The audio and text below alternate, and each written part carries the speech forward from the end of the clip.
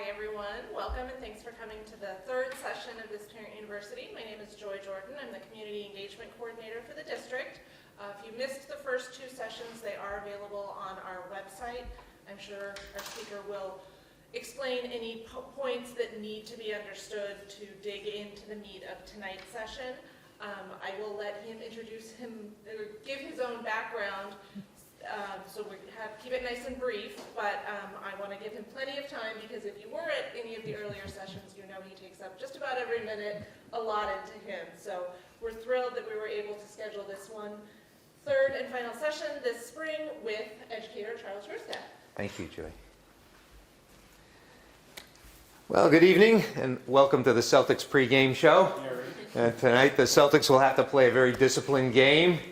And therefore the topic is discipline for the night. Thanks to everyone for being here, for everyone who's been viewing the sessions. There have been a lot of views. Many thanks to Joy for all the work that she's put into the Parent University, the whole series. Just so wonderful to have a series, a library of recordings of topics over the years for parents to be able to access on the district website. Other school systems are taking notice of that.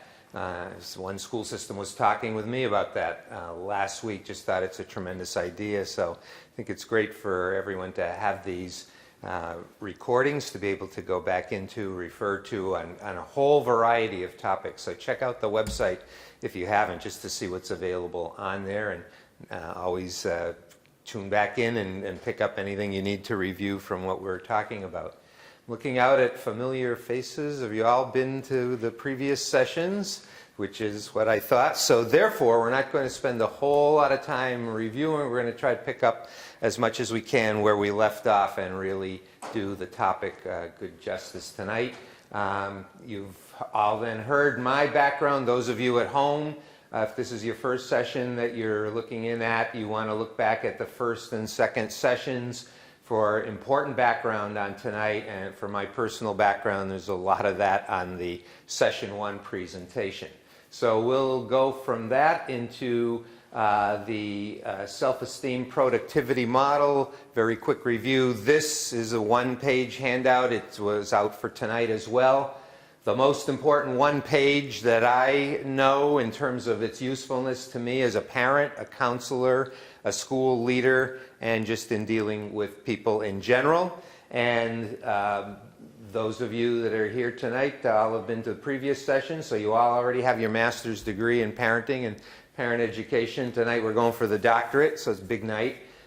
So you know this, you've been practicing this, I hope. You know it well enough to be able to explain it to others. It is the whole key to human relations. So just very quickly for people who are seeing this for the first time at home, the healthy individual is this whole right-hand side of the chart, the self-esteem productivity model, and these handouts are available on the link to the website for those at home.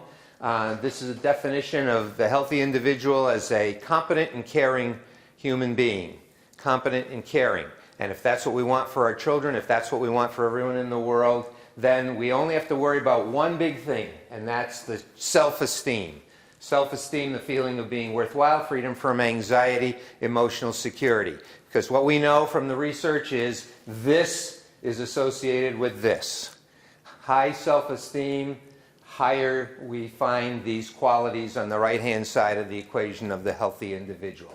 The research tells us that the most important people in our development of our self-esteem are our parents and caregivers, because they're the first to greet us when we come into the world.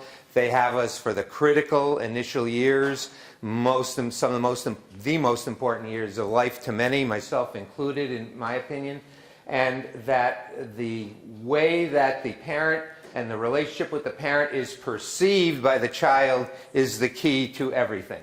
So if children perceive their parents and caregivers as warm, trusting, caring, empathic, meaning the ability to get into the other person's shoes, feel like what does it feel like to be the other person, and on the other hand have firm expectations and consistency.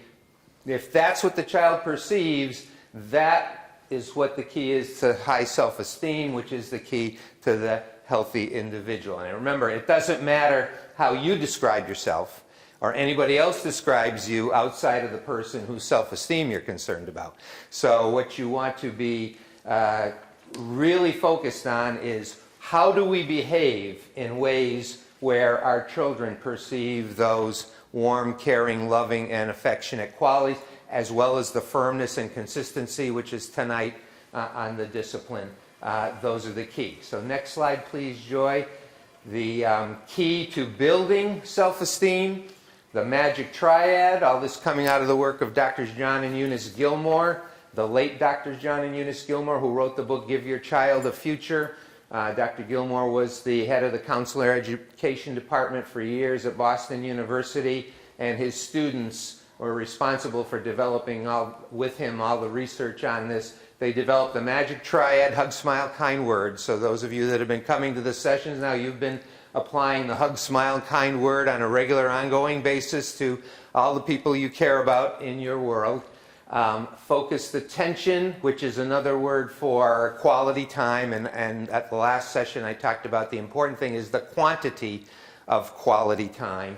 And empathic listening skills, the ability to listen that most of us are not born with. We need to be developing in our lives, listening not to respond, not to share our point of view, but listening to try to understand the person, listening not just with the ears, but listening also, especially with the heart and the mind, and trying to use the skills of repeating back the content of what you're hearing, and at the same time, the feelings of what you're hearing, and to practice a lot of silence, and to spend a lot of time letting people just talk and listen, and that's so much more productive than the optometrist who says, you can't see well, here's my glasses, they work well for me, put them on, you should be all set. And that's diagnosing needs to come first before prescribing, and so often we're so quick in our listening to prescribe before we diagnose, and diagnosing takes a bit of time.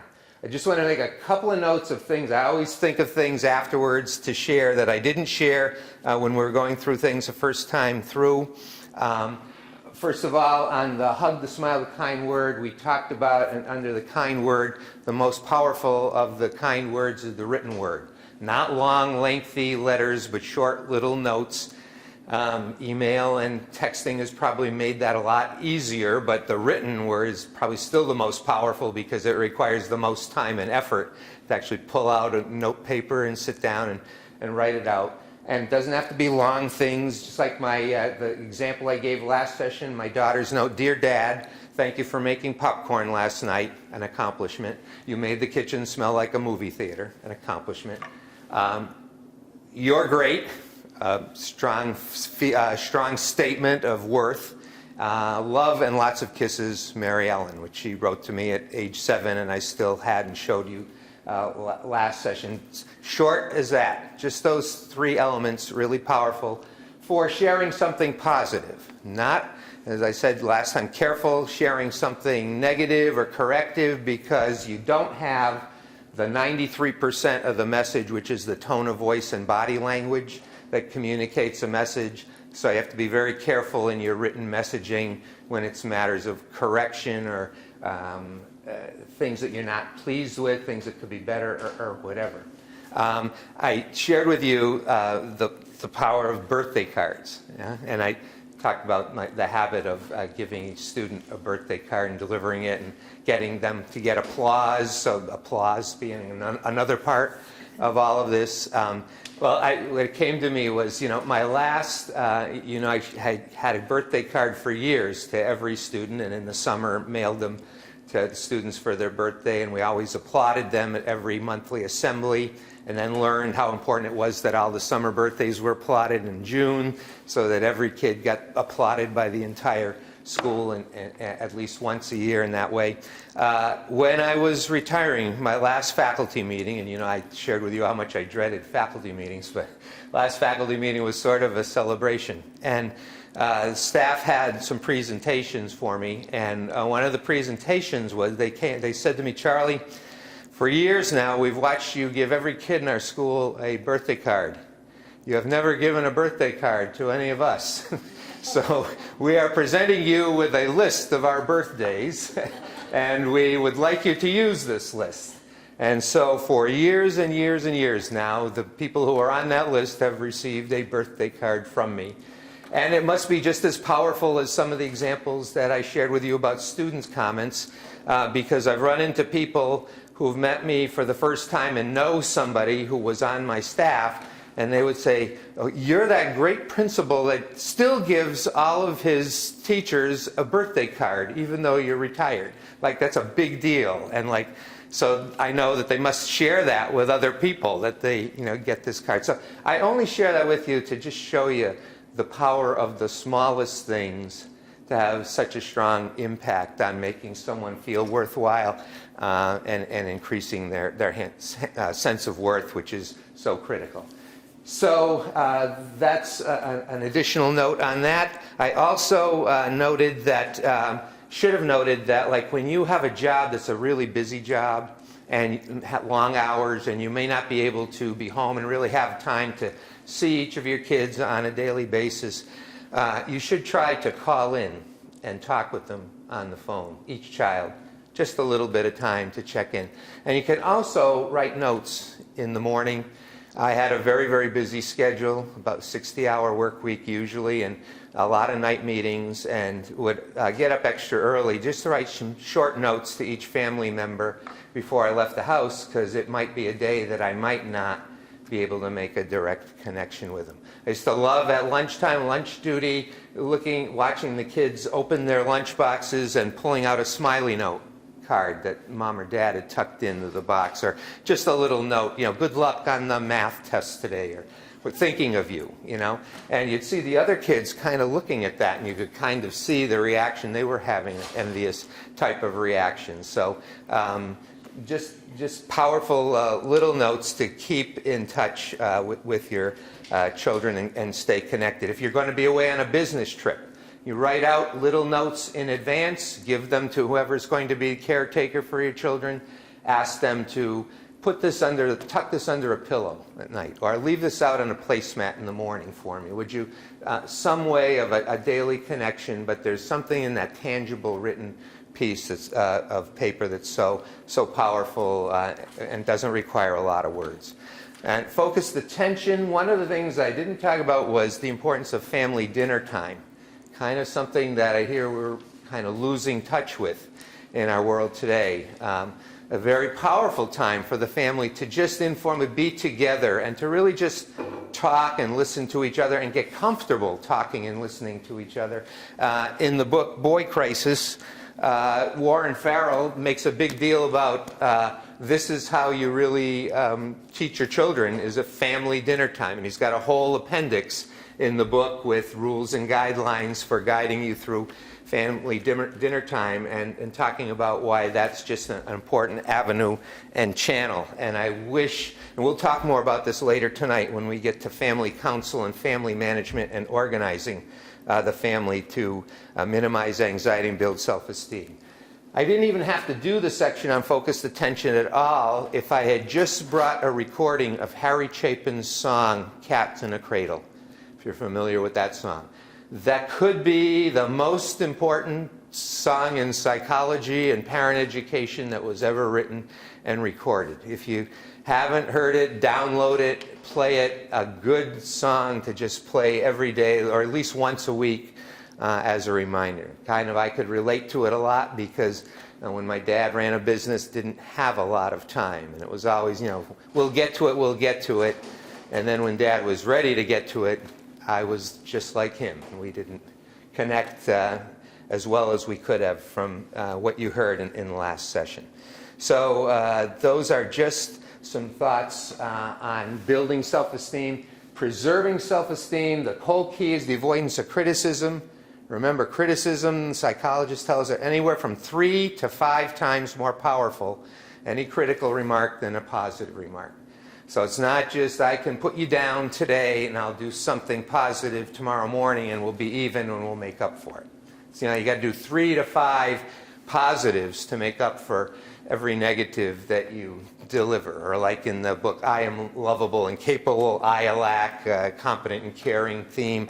The boy's badge is shredded throughout the day by the put-downs as he walks through the day. It doesn't get too much of that badge built back up. It's usually very heavily weighed. And so, as the psychologists and linguists have told us, we've probably heard such negative words as stupid, idiot, nuisance, imbecile, obnoxious, directed toward us over 15,000 times by the time we're young adults. And that was written by Leo Buscaglia pre-social media. So I can't imagine what the total must be today for a young person reaching age 17 and the impact on self-esteem, the strength of their own self-confidence. So criticism is the big thing to avoid. Rational discipline. Discipline is critical, as we saw last session. That's where we'll pick up tonight on the first principle of discipline.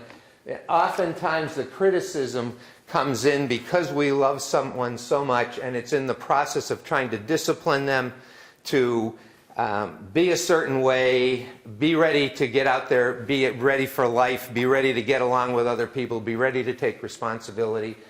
And we just let our emotions get the best of us, and in our intent to make someone do better, we call them a jerk, thinking that, if anybody called me a jerk, I'd probably want to straighten up and get my act together. But that's not what happens. And with young children, the more often they hear a comment, negative comment directed towards them, the more likely it is they're going to take on that identity. So if you hear you're a jerk often enough, you're going to begin thinking you're a jerk. And when you think you're a jerk, you act like a jerk. And it's just a vicious cycle.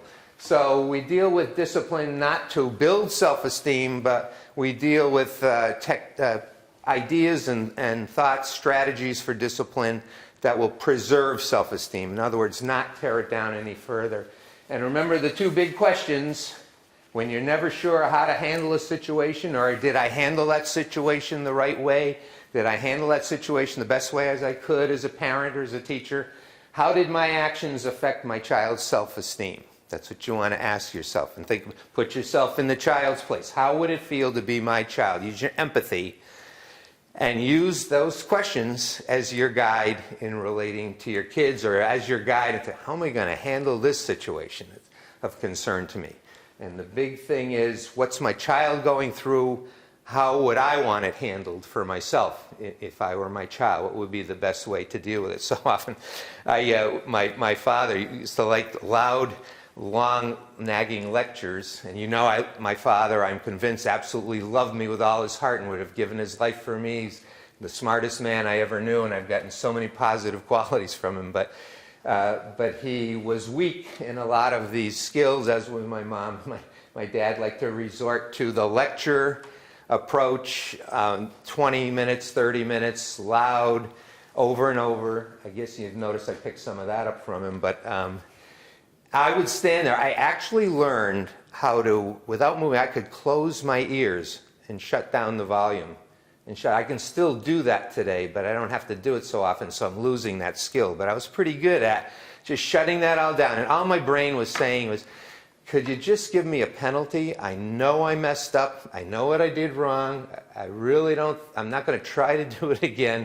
Can we just have it over and done with, instead of for 20 minutes hearing what a jerk I was for the way I acted. So that's what we're really all about in the session tonight, is focusing in on discipline that will preserve self-esteem.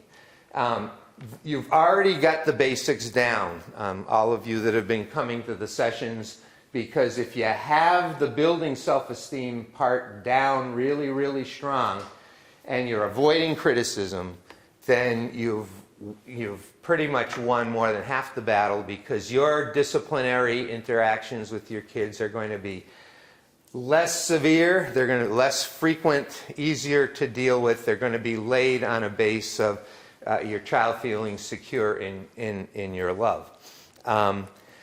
It's the best defense you have against the number one weapon that your children are going to pull on you or use on you, which is the statement, "You don't love me."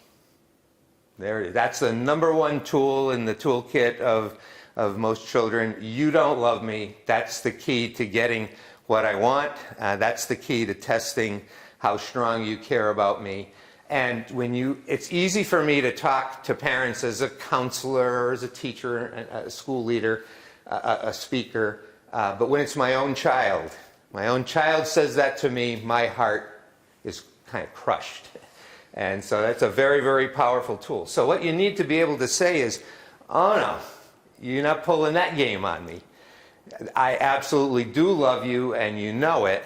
And this is what you're saying to yourself. You don't have to say it out loud, because you're just smothering them with smiles, hugs, kind words. You're doing all the right things. You're avoiding criticism. So don't lay that one on me.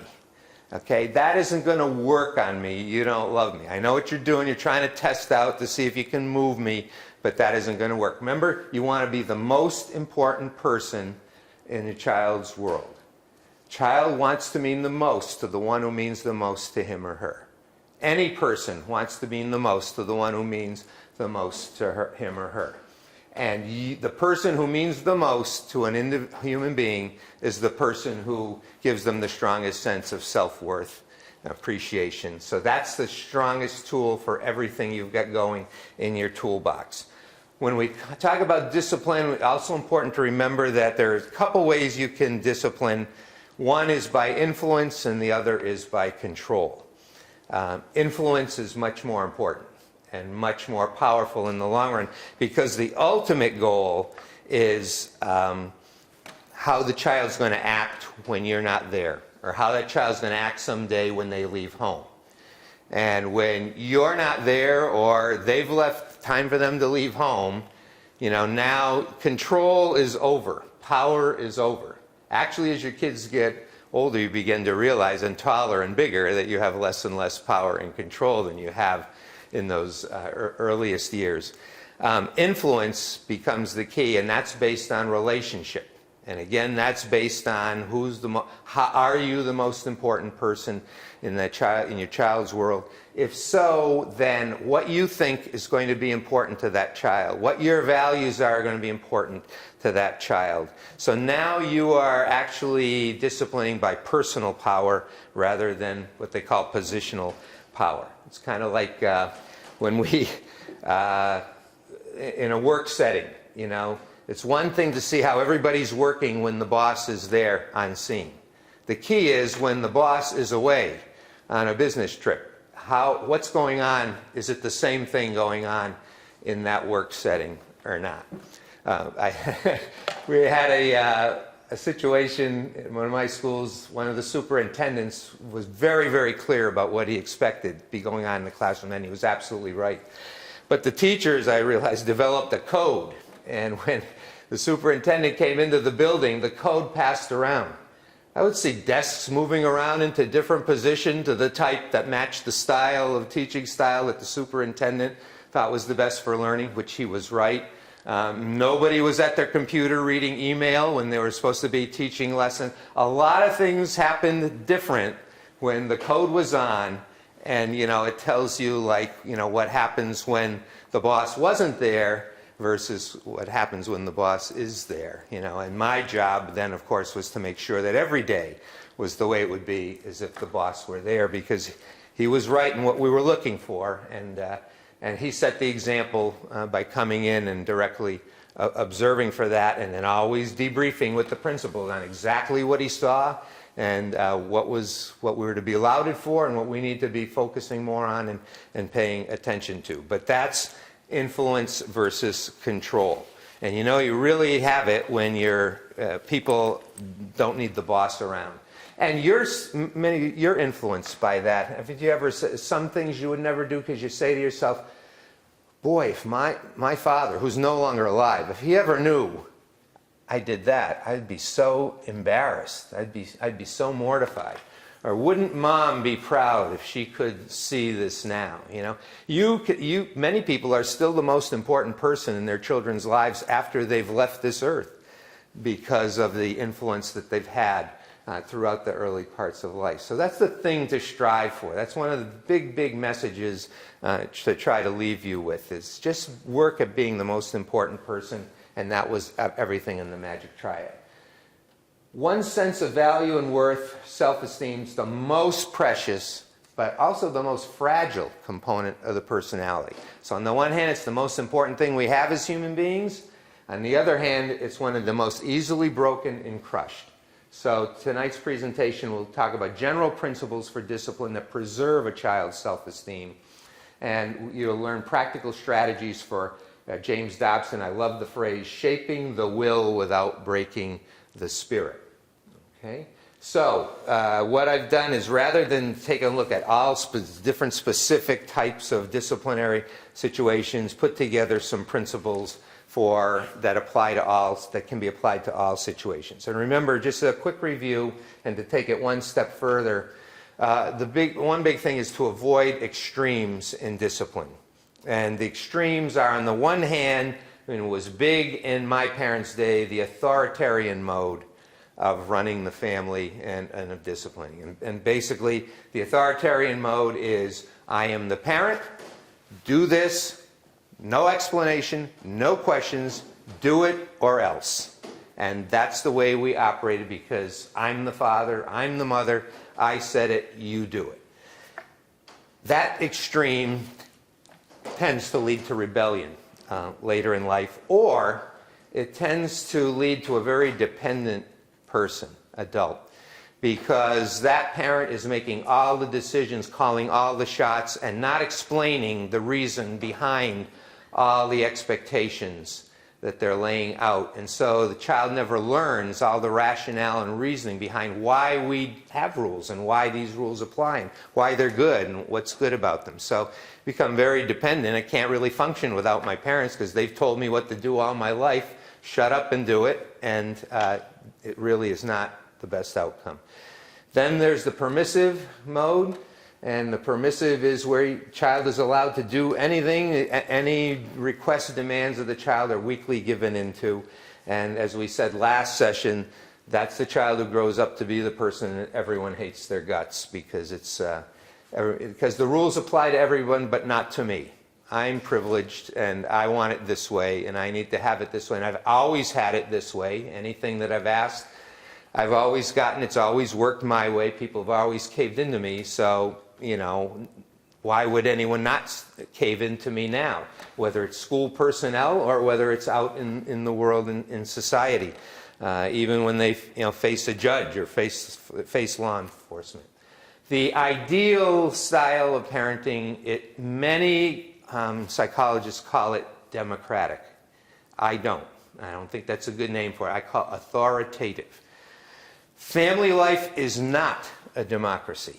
I believe in democracy. I love democracy. But family life is not a democracy. For me, it's more like a benevolent dictatorship, sort of, with a real caring for the people. But I'm the authority, and I set the rules, and that all goes into the element we started to talk about last session, which was the teaching aspect of being a parent. Because that's what discipline is all about. That's your teaching role. A child does not go from infancy immediately into the outside world. There are many years intervening in between when they have a parent or a caregiver whose job it is, whose role it is to get them ready to someday live without them. But it doesn't happen without that parent-caregiver intervention.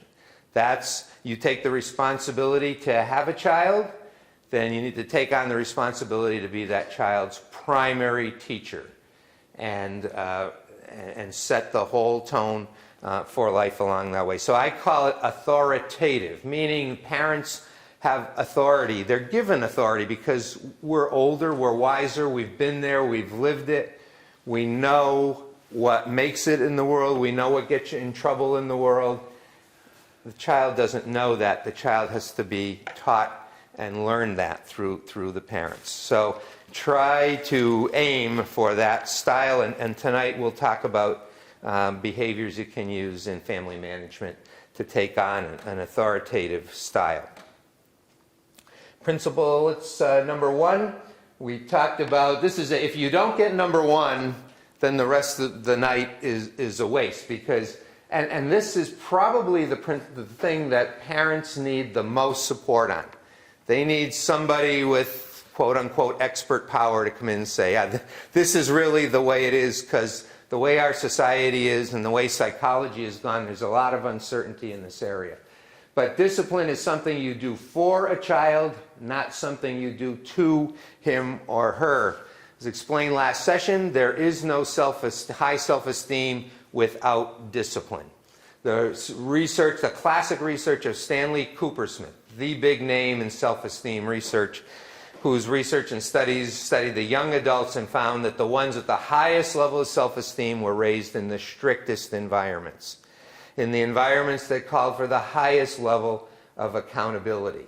The long-standing relationships in those families were based on that whole sense and premise. Those families stayed together. They stayed close together. Yeah, the other factor was that those adults were more loved and cared for than the lower self-esteem.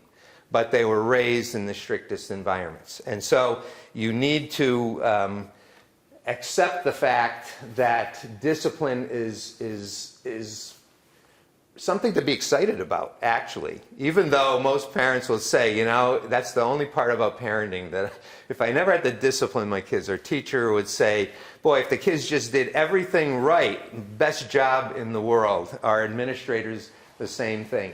But that's not the way it is. They need to learn that. They need for us to teach that. And I've got 3 stories tonight from my own personal experience that have confirmed for me what I'm talking about in this whole series. That they came from my work, my professional work, and they had such a significant impact on me.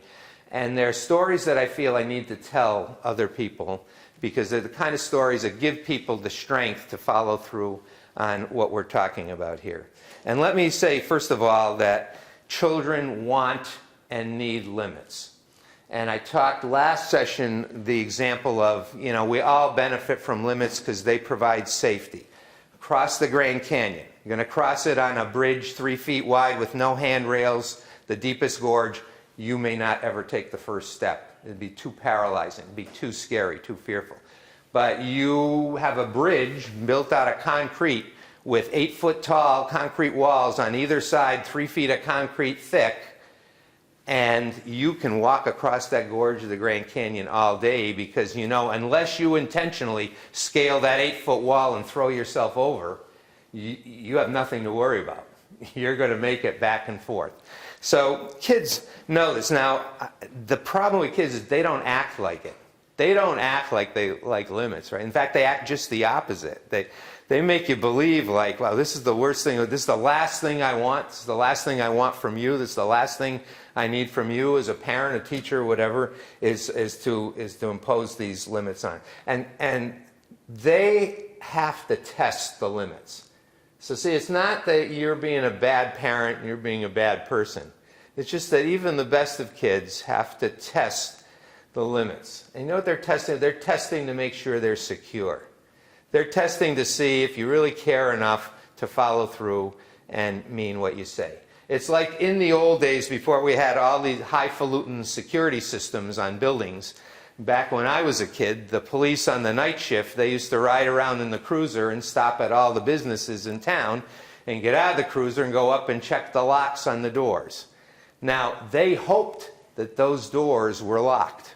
That's what they wanted.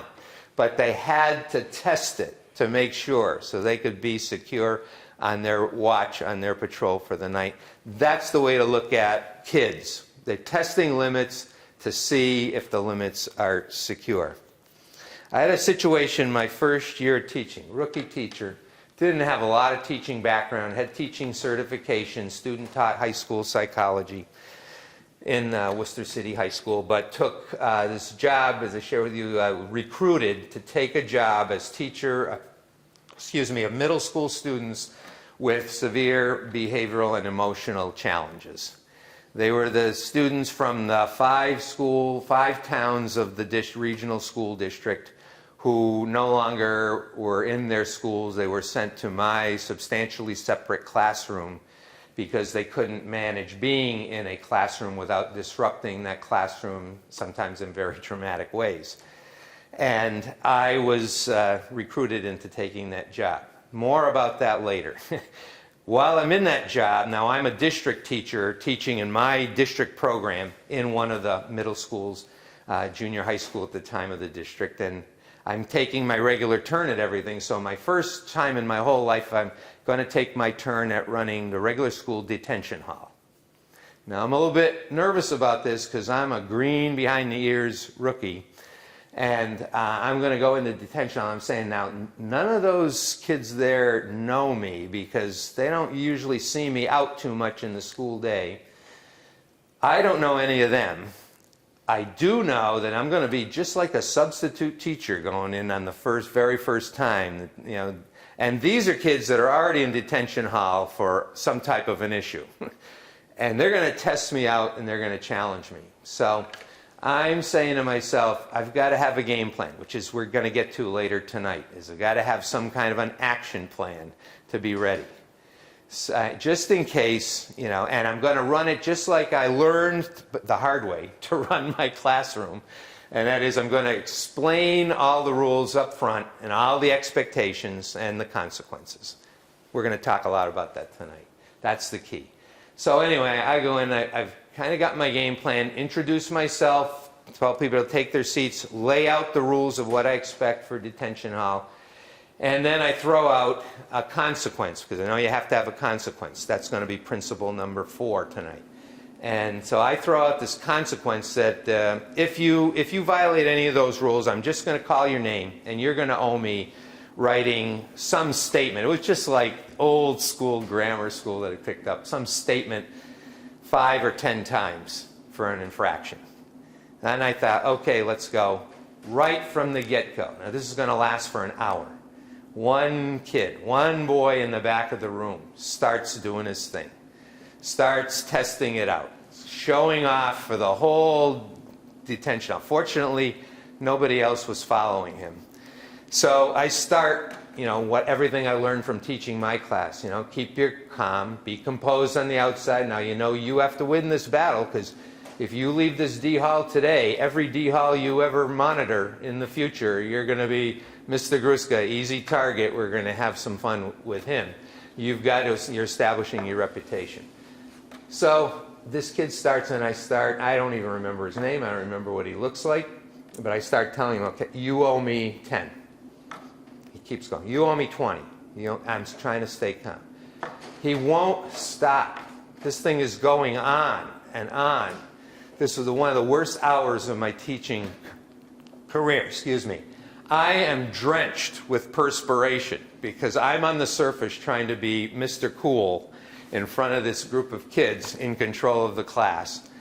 And this kid isn't going to let up. Now we're getting up and we're up into the 1,000 range that the kid owes me. And now I'm saying, oh my gosh, you teach people, don't set consequences, you know, that you can't deliver on, that that you're going to back down on.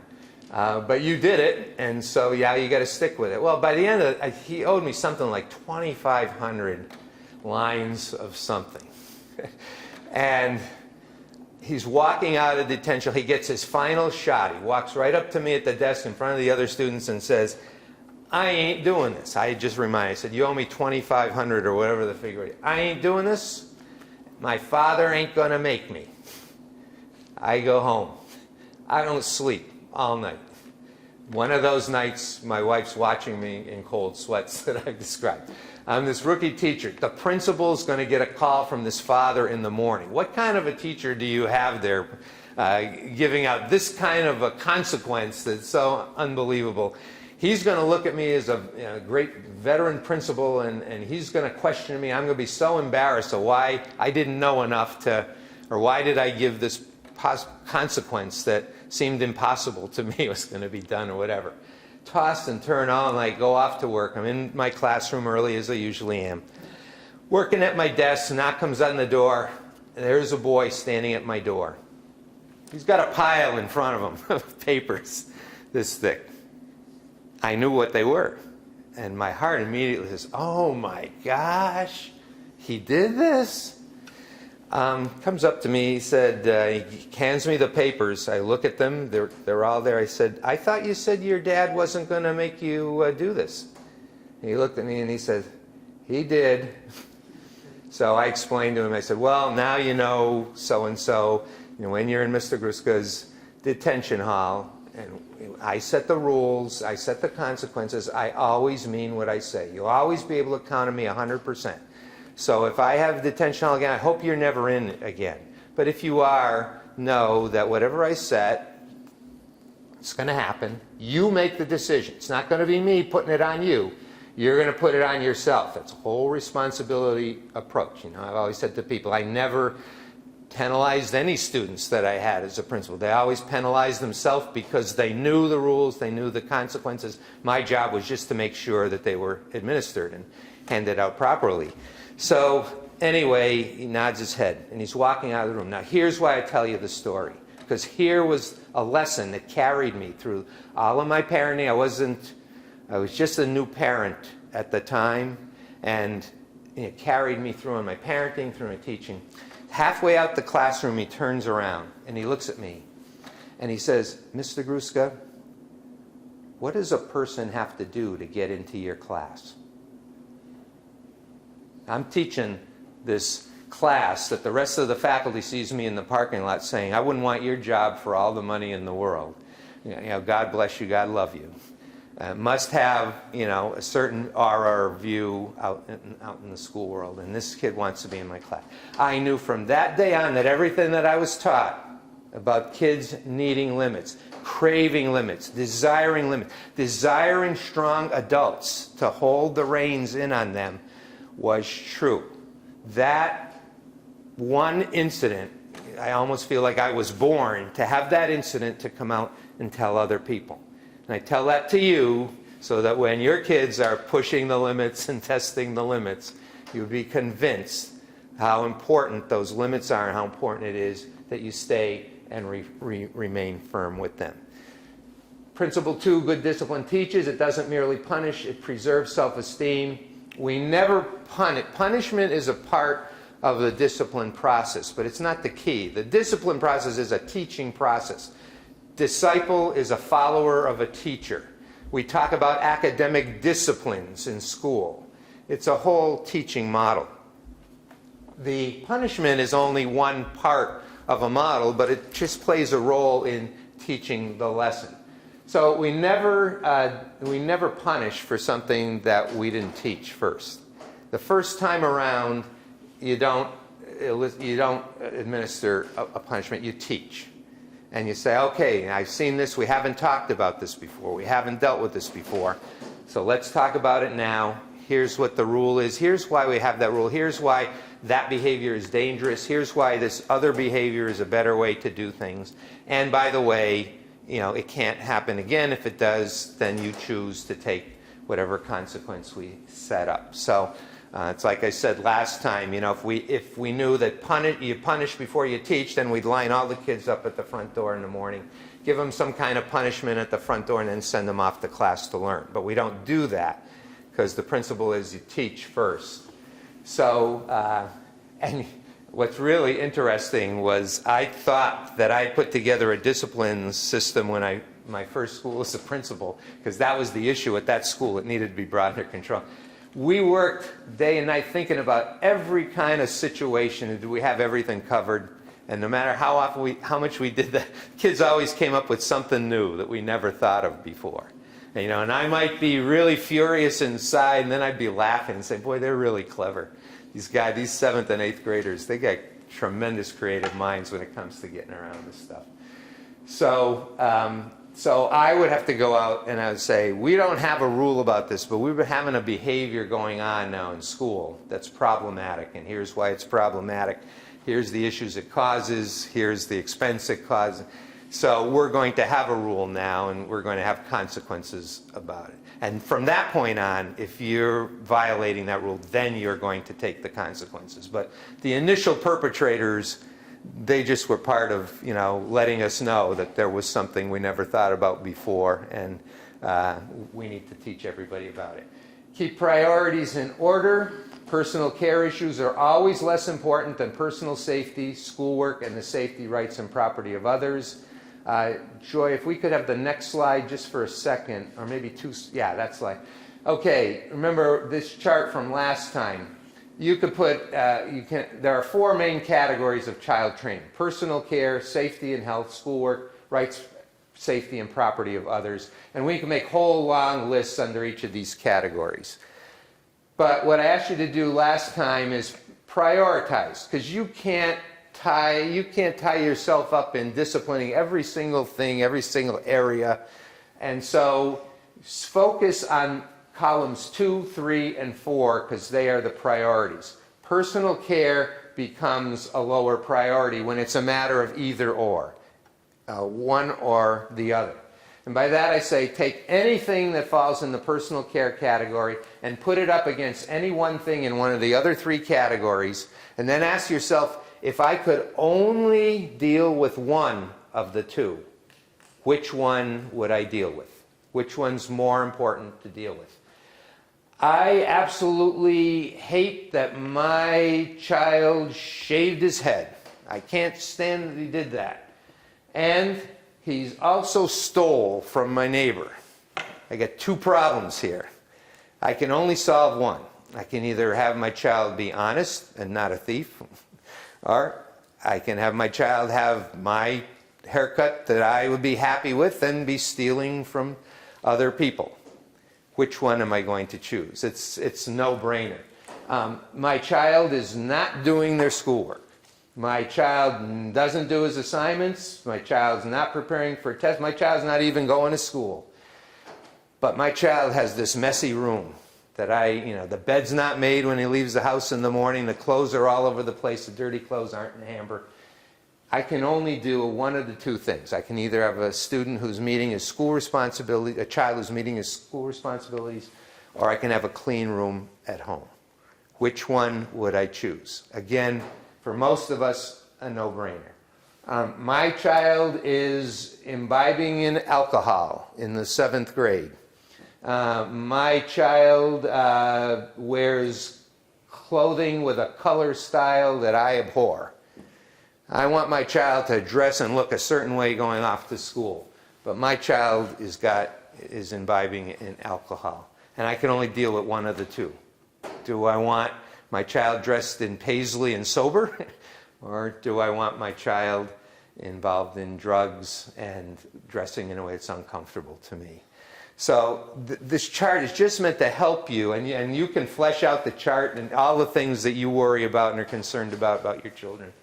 But remember, it's priorities. So if your child is really, really solid in safety and health, schoolwork, rights, safety, and property of others, and you want to go for something in column 1, but if 2, 3, and 4 are all together, get down on your knees, praise the Lord, sing hallelujah, because you are so lucky. If you go for something in number 1, just go very gently, because there's more anxiety produced at home over issues in that first column. Kids go off to school, and school people have this responsibility to be teaching reading and other academic skills at 9 o'clock when there's just been a blowout at home over something in a column that may not be, the whole idea is minimize anxiety. Minimize anxiety that your children go to school with. Maximize emotional security. A lot of anxiety generated in homes over that first column. But the 2nd, 3rd, and 4th columns are the ones. As those of you who have been following the series know, I had a great fear of my father because he was explosive and at times physically abusive. Great, loved me dearly, but had these issues. Grew up in an orphanage. That helped me understand a lot about where he was coming from and what he wanted for his children, which was a better life, and didn't have a lot of role models how to provide that. But I was always afraid to speak up. But one day, my next youngest brother, Gene, God bless him, he just jumped at my dad. And I remember cheering him on in my mind in another room as he's telling my dad, what is the problem? What's the problem? You have 3 sons. None of us smoke. None of us drink. None of us are doing drugs. We're all working hard at our schoolwork. What is the problem? And I'm in the other room. Yay, go for it, Gene. Just what I wanted to say, but I was afraid I'd get my head knocked off. But Gene didn't. He survived that, and hopefully my father learned something from it. But that's what we're talking about here. So often we look at these things in that first column and get all uptight and worked up about it. We need to be looking at the important columns. And if there's an issue in one of those columns, that's what you want to work on. So we'll back up now to the previous slide, Jill, and we'll get into the meat of principles 4 and 5. This is where the rubber hits the road. This is how you do it, how you shape the will without breaking the spirit. Number 4 says, focus your efforts on taking note of and reinforcing positive behavior. Okay, we've talked a lot about that. And you know, sometimes we, with children, we have a clear vision of some big project, but children think in smaller blocks and smaller segments. So when we say clean the garage, we know what we mean by that as an adult. But there's a lot of little actions that are involved in cleaning the garage. And what you want to do is take things and break them into small bits so that children can be successful at the small bit and get positively reinforced for that. So I want you to take this pile of newspapers and put them all in order, make just one single stack of the newspapers. I'd like you to take the broom and I'd like you to come over here. See the sand in the corner? I want you to sweep that sand out to the front. See, now we've already got 2 different things we can recognize the child for. But if we just say clean the garage and then we look at it at the end and the newspapers aren't piled the way we want it, it's like you didn't do a great job at what you were asked to do.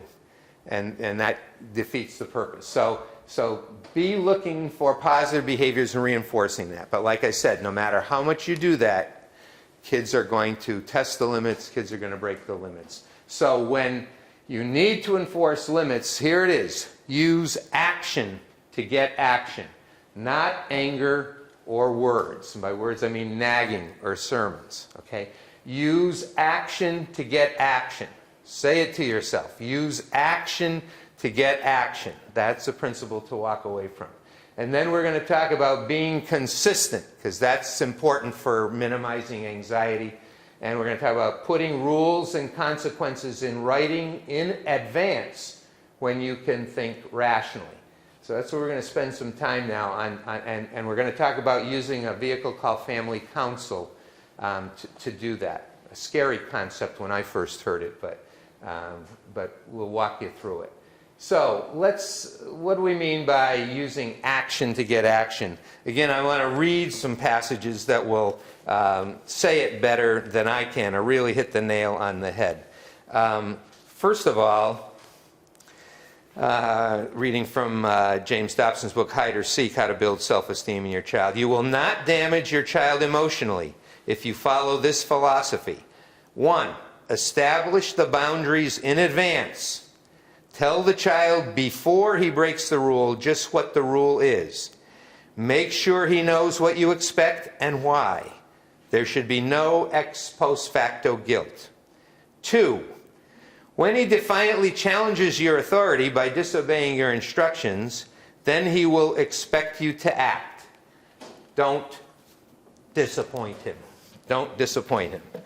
Another passage is from Strong-Willed Child by Dobson. These are just, in all of my readings, these are old readings, but I haven't come across things that can say it better or make the points better. This leads us to the most common error in disciplining children, and perhaps the most costly. I'm referring to the inappropriate use of anger in attempting to control boys and girls. I touched on this subject in the book Dare to Discipline, but I feel it must be given greater stress at this point. There is no more ineffective way of controlling human beings of all ages than the use of irritation and anger. Now picture yourself in your own personal disciplinary interactions over the years with kids. Okay? Most adults rely primarily on their own emotional response to secure the cooperation of children. One teacher said on a national television program, "I like being a professional educator, but I hate the daily task of teaching. My children are so unruly that I have to stay mad at them all the time just to control the classroom." How utterly frustrating to be required to be mean and angry as part of a routine assignment year in and year out. Yet many teachers and parents know of no other way to lead children. Believe me, it's exhausting and it doesn't work. Consider your own motivational system. Now, I can identify with this example that I'm going to read to you because I've been there and done that. I'm a master at this situation. I know just how it works. Suppose you're driving your automobile home from work this evening and you exceed the speed limit by 40 miles per hour. That's me. I've done that multiple times. I've accrued multiple surcharges on my insurance, and I had been warned the last time it ever happened that if I ever come home again with another surcharge, don't even come in the door or don't expect to sleep in your bed because it ain't going to happen. So I'm a veteran at this one. Now, standing on the street corner is a lone policeman who has not been given the means to arrest you. He has no squad car or motorcycle. He wears no badge, carries no gun, and can write no tickets. All he's commissioned to do is stand on the curb and scream insults as you speed past. Would you slow down just because he shakes his fist in anger and protest? Of course not. You might even wave at him as you streak by. His anger would achieve little except to make him appear comical and foolish. I've been in that situation many times with my own children, sometimes working with students in school in the early days before I learned how to deal with it a little bit better. On the other hand, nothing influences the way Mr. Motorist drives more than occasionally seeing a black and white vehicle in hot pursuit with 19 red lights flashing in the rearview mirror. When his car is brought to a stop, a dignified, courteous patrolman approaches the driver's window. And I guarantee you that's how it works. If you've not been there before, the police are wonderful at this. They are extremely courteous. They handle it beautifully. Only one time was there an exception. My daughter had just gotten her license, and I was letting her drive to school, and then I'd take the car from there. There's a school on our street, and they were patrolling it. And I knew she was going too fast, and I'm keeping my mouth closed saying she's got to learn a lesson because I know she has a heavy foot. And she gets stopped. Now, I'm not upset because she gets stopped. It's a learning experience for her. I did get upset at the way the officer spoke with her. So the issue now wasn't, I lost respect for that one officer in that one situation because of how he talked to my daughter. I was furious. I was teamy. She deserved the citation. It was a great learning experience for her. As a father, it hurt me, but I knew it was something that I had to reinforce and support for her learning experience. But it was the exception to the rule. And again, it's the rule that we want to be like the officer. He's 6'9", has a voice like the Lone Ranger, and carries a sawed-off shotgun on each hip. "Sir," he says firmly but politely, "our radar unit indicates you were traveling 65 miles per hour in a 25-mile zone." I was doing exactly that in the town of Holden one night, coming home late from work and just wanting to get home for supper. And I couldn't, even telling him I was the school principal, carried no weight. That 65, that's way too much, Mr. I'm sorry, but we can't help you here on this one. He said, "May I see your driver's license, please?" He opens his leather-bound book of citations and he leans towards you. Now, he has revealed no hostility and he offers no criticisms. Yet, you immediately go to pieces. And you do.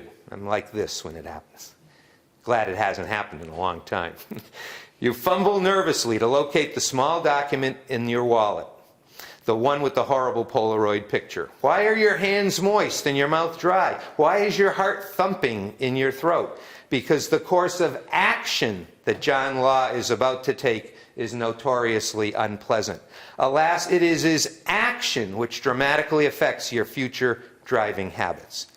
Disciplinary action influences behavior. Anger does not. As a matter of fact, I'm convinced that adult anger produces a destructive kind of disrespect in the minds of our children. They perceive that our frustration is caused by our inability to control the situation. We represent justice to them, yet we're on the verge of tears as we flail the air with our hands and shout empty threats and warnings. Let me ask you, would you respect a Superior Court judge who behaved that emotionally in administering legal justice? Certainly not. This is why the judicial system is carefully controlled to appear objective, rational and dignified. I'm not recommending that parents and teachers conceal their legitimate emotions from their children. I'm not suggesting that we be like bland and unresponsive robots who hold everything inside. There are times when our boys and girls become insulting or disobedient, and our irritation is entirely appropriate. In fact, it should be revealed, or else we would appear phony and unreal. My point is merely that anger often becomes a tool used consciously for the purpose of influencing behavior. It is ineffective and can be damaging to the relationship between generations. And it's damaging because it attacks at the self-esteem. It attacks at the worth. That's not what its goal is. Its goal is to correct behavior, change behavior. But the effect is to affect the self-esteem. And every time we attack and lower the self-esteem, we work against ourselves because it lowers the likelihood of all those good qualities, competence and caring qualities that we're trying to get at for our children. So it requires an action plan to be a good disciplinarian. That's the key to effective discipline, is a good action plan that prevents you from getting so emotional that you attack the self-esteem. Now, as I pointed out last time, let me talk about the action line. Every single one of us in this room has an action line. Meaning, there is a point where somebody will eventually get to a point where we will take action against what that person may be doing. But that action line occurs at a different place for everyone in the room. For some people like myself, that action line is very close to the beginning of something's going amiss. For other people who are more lenient, permissive, easygoing, whatever, that action line can be farther down and farther down and farther down. This is why in the same school you can have a class that is a group of hellions in one classroom. I'm not saying Monomoy. I'm saying, let's say in general, out there in the school world. And in the next classroom, that same group of kids, perfectly well behaved and managed. It's because different action lines. Kids, just like, I said kids don't act like they need limits. Kids are experts at reading our action line. Kids have these amazing antennae, and they can read us. They read every new substitute teacher. They read every teacher. Usually the first few days of school, I kind of found usually went very smooth because they're still not quite sure. It takes a little while to kind of figure out, if I haven't had this teacher before, or this teacher hasn't taught at a grade level I've been at, to figure out where that action line is. But sooner or later, they figure out the action line. And kids will rub right up against it. They'll go right up to that action line. Now, if you have your action line way out in space, what's happening is you're looking for kids to really conform and behave and do what's expected of them, and they're not doing it, but you're letting it go. And little by little, you're getting a little bit more emotional. And things begin building up and building on. You beg and you plead more, and you just do it this way, and you keep asking. And then sooner or later, you just get to the point where you can't take it anymore, and you take some kind of an action. Unfortunately, if your action line is way down the end, you tend to be more emotional. when you get to it than when you shut it off before you can let any of that stuff build up. So remember, kids are reading your action line, and they know when you're at it, and then they conform. It's like our younger daughter knew, like it might be, okay, it's time for bed, it's time for us to start picking up our toys. They knew the action line with me was when I used their middle name, or my younger daughter's middle name. So, you know, come on, Kate, let's get that picked up. Let's get going here, you know. And 15 minutes later, it hasn't moved at all. Have you lived this scenario? And they're still doing whatever they wanted to be doing. And you ask again, and you start modeling, picking some things up. Come on, let's get going. We got to get to bed, get school tomorrow. Finally, Catherine Mary Gruska. And Catherine jumps into action because she knows now Dad is going to he's at the point where there's an action coming following that statement, and she moves on. Told you last session about when I had to take over that school where I was counselor and was frustrated being counselor because the school was out of control. It wasn't, the kids were running the school, you know, nothing was being reinforced, kids weren't working, and the point was, and I'm trying to think of what was my point now. Well, we'll come back. We'll come back to it. In any case, there's got to be. Oh, yeah. So I took over the school as principal, and we established right at the beginning, before school opened, with the faculty. Okay, here's the way it's going to be. Everybody's going to have their classroom rules. You have to run them by me. You have to get them approved by me. They have to be reasonable. You know, it can be different for every classroom to match your style, but whatever the rules are, what's going to be consistent is when a child breaks the rules, if they're in elementary age, they're going to get a warning. When they break the rules a second time, they're going to know that they have to leave the room, come down to me at the office, spend the rest of that period with me. I'm going to tell them why they're there and that they better not be back again unless they want to have a more severe consequence, and their parents are going to be called and informed. For the middle school, it was one warning and then to the office. And first faculty meeting after we put that in place, the elementary faculty said to me, gosh, this is working really good. But you know, what we're noticing is in like the first 3 to 4 minutes of class, we get to the second warning with some kids, and then the rest of the class, they're fine. I said, yeah, because they know there's the action. They know the next part of the action plan. They're leaving. They're not playing class clown and entertaining and getting all that attention in the classroom. The only attention they're going to get is going to be down at the office, and it's not going to be what they're going to get in the classroom. And they stop it. So we decided that means, so let's forget it. Let's just have one warning for elementary and to the office, and one warning worked just as well as 2 warnings, only it saved a lot of warnings. It provided a lot more time on learning for the kids in the classroom. And the teachers were thrilled because all the work they were putting in to teach their lessons, they were actually getting to teach a full 42 minutes for a 42-minute period or whatever it was. It's all in the action line. So there is an action line, and you want to have an action plan. So the way to do that is in a family, is to establish family rules and consequences. And the best way to do that and be consistent is to put all those things down in writing and develop a family handbook, just like you have the school handbook, or just like most good organizations have handbooks out there at work. These are the rules and guidelines and procedures and how things are supposed to work. Now, when Dr. Gilmore threw this idea of family council out to the class when I was taking the training, this part really made me nervous. This was scary to me. I didn't like this thought at all.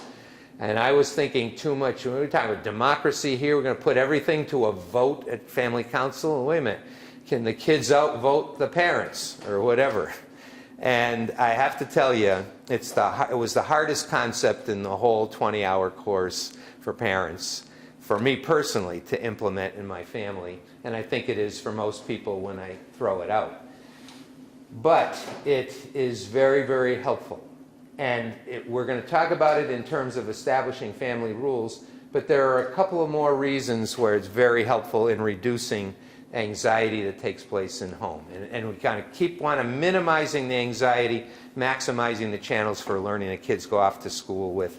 And so some of the things that you can use family council for, and it's not when you need to have a council meeting because there's an issue or problem at home and you need to sit down and establish some rule or something and talk about it. First of all, we learned in our family that it was good to have a family council once a week for the purpose of going over the family schedule for the week. Now, in establishing family council, the first thing you want to do is you set a time which is workable for everyone in the family. So you never want a family council at a time when one member of the family has an important commitment or something important that they want to do. So you always look. In our family, I think it was late Sunday morning, early Sunday afternoon often worked out well because it seemed to have the least other commitments, whether it was dance or whatever activities the kids had or work activities that parents might have. And so we had the calendar for the week, and we used to just ran off from one of these master calendars, just a Monday, Sunday through Saturday. And the first part of every family council meeting, first of all, you can set up an agenda, and you can have a place where people can submit items for family council. So that often worked well when there was some issue in the family, child had a concern about something, to say, that sounds like a good topic for family council. Write that down, or we'll write that down, we'll put it in the agenda basket, and we will talk about that as a family at family council.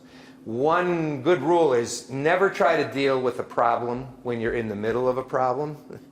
Best time to deal with a problem or an issue is when everyone is calm and rational, which is usually when the problem is not presenting itself at all. So it's better for us to talk about something tonight that may happen in the future because we're not worrying about it tonight. We all can be calm about it. We all can think rationally. But one good thing about having family council is a lot of issues or concerns that come up from the kids, you just say, write that down, we'll put it on the agenda. That sounds like a good agenda item for family council. You have a recorder. In our case, my wife volunteered to be a recorder. I was the leader of the meeting. So we would have our agenda, and the first thing on the agenda we learned after a very short while was calendar for the week. And you know, in some families there's more tension because all of a sudden 2 hours before somebody announces they need the car to go somewhere, like comes out of nowhere, like I had this and I got to take the car, but you didn't tell me that you were already planning to do this. And what do you get? Tension, friction, anxiety within the household. So you go day by day and you say, who's got something going on Monday? Okay, let's look at everybody. Anybody got dance? Anybody have something at school that they have to stay later for? Anyone have a practice that they have to get to? Anyone working late that night won't be home at supper. It was very helpful for me because I had a lot of night meetings, and it was a good ride for me to get back and forth to home. So that always alerted to me to what days were going to be target days that I knew I was going to have to plug a time in between when school got out and when my night meeting was to call home and check in on the kids. Or I knew that was a day that was going to be especially important to have a note for every child because I wasn't going to see them before they went to bed that day. So it helped in that way. But it just helps eliminate a lot of tension that develops when somebody says, you never told me. Well, how are we going to deal with this now? This is happening like in less than 2 hours, and you know we can't be in two places at once, or we can't have one kid here, you're over here, I've got to be there. So that enables you a place where you work that situation out right at home, just like any good organization does planning. Second good thing is it's a place to assign chores and to rotate chores for the week. And so when you're getting started with this, you know, you start by saying, well, let's think about all the things that have to happen around the house to make the house function. And let's just list them. And then you list them all, maybe 14 different things.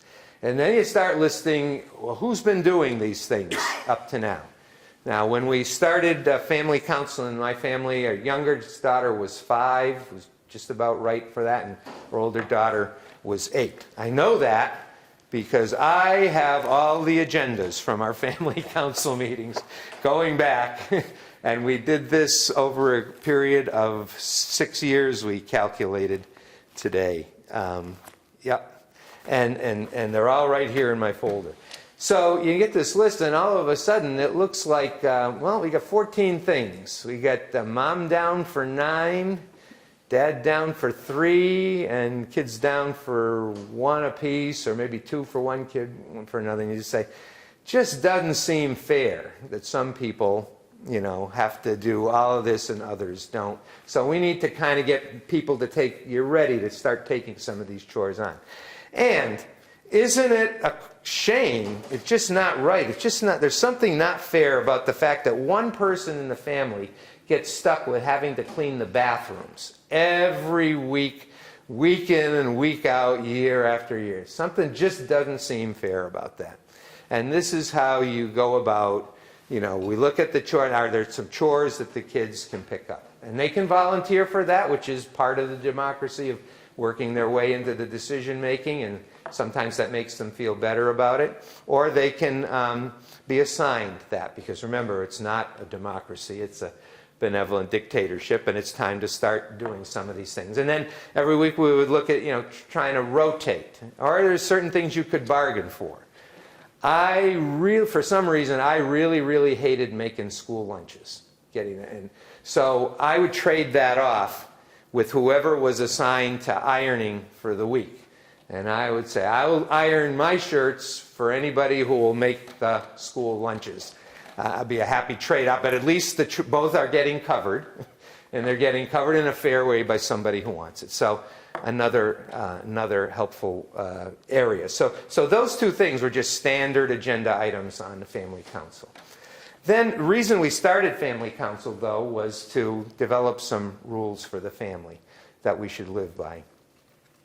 And the way we introduce this is you say, we get the family together for the first council meeting, saying, you know, Mom and Dad, we really want the Gruska family to be the most loving, caring, kind family to live in, to grow up in, to be a part of, that there could be on the face of the earth. That's what we really want for our family. And we think that's what you want too. How should we treat each other? What kind of rules should we have for treating each other so that we can be the best, most loving, caring, working together family that there is? Now, at this stage of the game, one of our daughters was really of concern to us in a number of ways. One of the biggest ways was she was constantly biting her sister. And I, with my graduate degrees in psychology, and my wife with her graduate degrees, could not figure out how we could deal with that. Anything we tried, anything we could come up with, didn't change it. It was just the way it was. All right. First family council meeting, we throw out the question. We start establishing family rules. Whose hand goes up? The biter's hand goes up. Yes. What is it? Called by name. I think, now she was not quite 5 years, just turning 5. I think in our family, no one should ever bite another person. I almost fainted. I looked. I said, could you say that again, please? Did I hear that right? I think in our family, no one should ever bite another person. I look at my wife and I said, and I look at my other daughter and said, did you hear what so-and-so just said? Is that a great idea or what? That is so magnificent. Now, see, she has a voice in the family, something that most 5-year-olds don't enjoy, something that a lot of teenagers don't enjoy, some voice in how the family works and operates. And we said, that is remarkable. Mark that down. Let's put that down. Let's make that a rule. And then we worked on, what should be the consequences for the rule. Do you know that she, from that minute on, never bit again in her life that I know of, but never did while she was living. Once in a blue moon, you get that kind of good thing, stroke of luck will happen, because for kids, if it's their rule, darn it, we're going to live by it. We're going to make it work. It's my rule. I think that was what was in operation here. So when you do this in your family or do this in your classroom, that set up your rules and have kids give input into what the rules should be, but always under that umbrella, kindness and respect is the big umbrella that we're trying to fit our rules under. And sometimes you might get something that happens where all of a sudden you solve the problem just because it wasn't the adult's rule, it was the child's rule coming forward. Sometimes it doesn't work that way. When you have family council and you have more than one parent in the family, you want to be sure that if you're going into family council and you're going to be establishing some rules or guidelines or discussing some problem behavior, you have to be sure that both parents or both caretakers are on the same wavelength, because that's consistency too. Big problem is when dad believes one thing, mom believes another, and the kids read right through that. That's anxiety producing, and then kids play one off against another. You know, they know who the soft touch is on this. So you always make sure you know what you want to come out of family council meeting with, because you've been discussing together some issue in the family, some behavior that you want to see different. You want to discuss it with the kids, why it's a problematic behavior, what's expected, and set consequences. So it doesn't work that you put everything up for a vote and, you know, majority wins as to whether something's going to be a rule or not, because if you have enough kids in the family, you can get outvoted. But what you can work, how you do work your youngsters, and this is what the authoritative approach is. This is working kids into the process, is in establishing the consequences. And so once we would establish a rule, and oftentimes that rule was not for debate, it was brought to family council to explain, so you understand why we have the rule. And by the way, folks, if you cannot defend and explain a rule, you should not have that rule. You don't need, you know, a rule for everything, but you need rules for good purposes that meet your family needs, but you have to be able to explain and justify it and defend the rule. Otherwise, it shouldn't be on there. So once you have that rule established, then the question is, so what should be the consequence? So consequences can fall into the area of three realms. Usually it can be isolation is a good consequence if the behavior is related to its effect on other people. Loss of privilege if we're talking about a privilege that's being abused. So when you go to establish driving rules or rules for the use of the car, usually a good consequence is loss of the privilege for a period of time.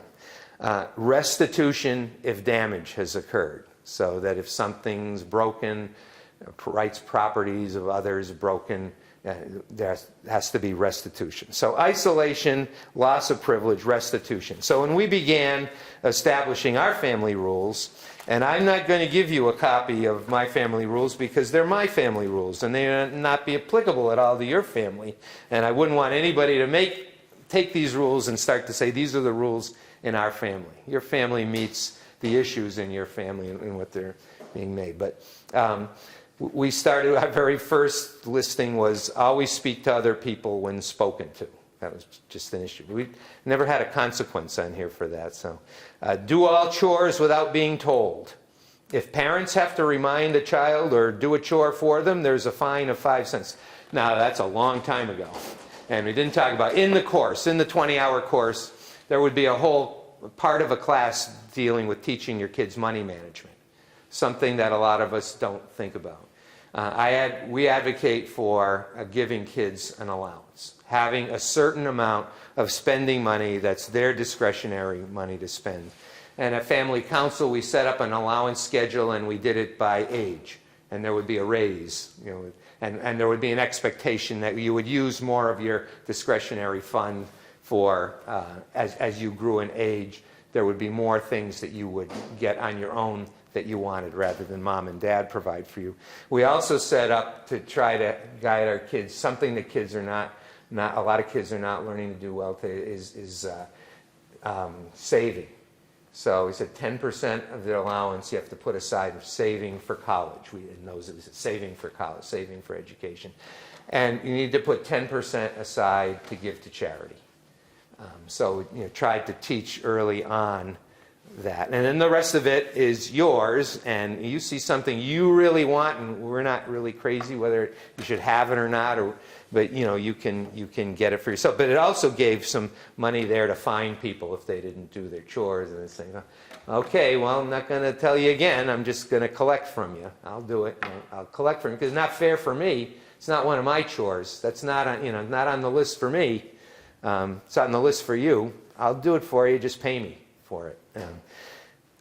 Take it for what you wish. Never hit, pinch, or kick another person at any time. And then in parentheses, anyone who hits, pinches, or kicks will have to go to their room for at least 30 minutes. An apology is required. So we started, when we started our family rules, the isolation was going to your room. And then all of a sudden, my wife and I start realizing the room's got a lot of stimulation to it. There's a lot that can keep you entertained in the room. And so we heard the idea of sitting in the corner, like a consequence from our childhood days. I was sitting in the corner, but we changed it, and it became sitting in the corner for so many minutes was isolation. Now, the rules and the consequences all apply to everyone in the family, including the parents. I have sat in the corner in my house in isolation. When you have an issue that someone in the family wants to bring up as a family rule, first of all, you do not target any specific person in the family. So it was always, and I would take the lead in talking about it when it would come up on the agenda and try to teach the kids. We always say, in our family, sometimes somebody does something that's a problem to someone else, but we never target or pinpoint. And even though people can sort of kind of figure things out. So you never target. It's just, that's a problem behavior for anybody in our family, so we don't want to have anybody have to worry about it. Okay, so you don't pinpoint. Well, the problem that came up one time was that some people in the family have this habit of picking their nose in front of the other members of the family, grossing them out. So that became a family rule, and we adopted it as a family rule, and we adopted so many minutes in the corner. And I don't have to tell you who that rule was designed specifically for.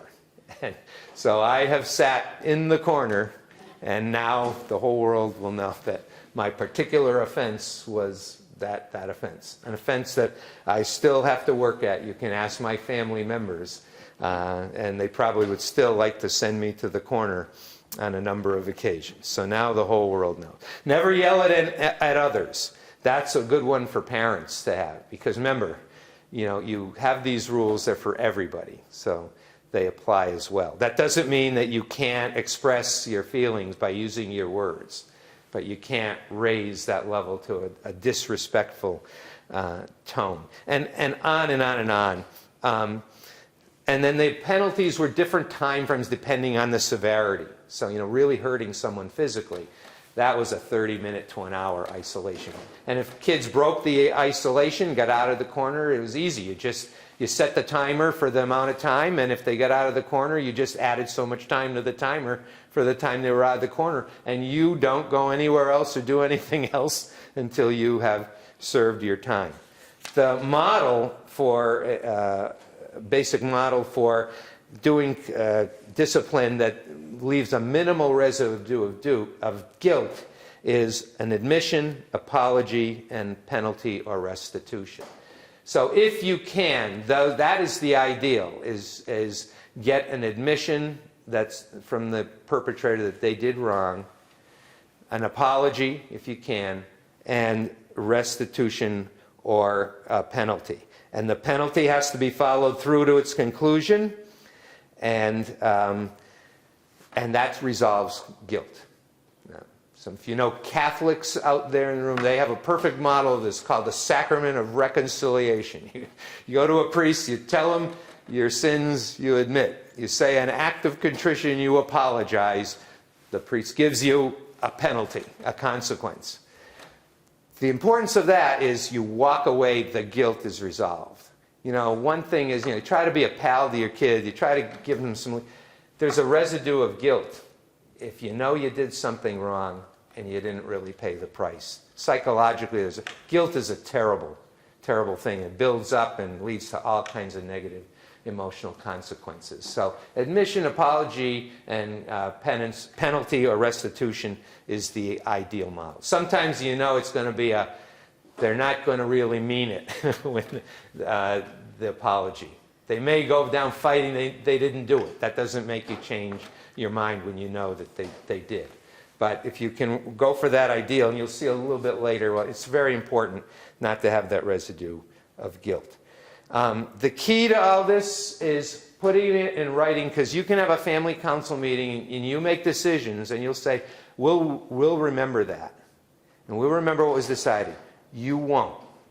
Because you have to go out and pay the bills, make the mortgage payment, take care of all the expenses of the family, repair this. You've got a million things on your plate. Your kids have far fewer of those high-level things on their plate. They will not forget what was agreed to within a family. And the issue will then not become what they did or that they did wrong. It will be, you can't do that to me. That's not what you said. You said if I did this, this is what would result. And see, now the argument is on the level of the consequence. Now you're told they're not even arguing whether there was a problem or they did a violation or not.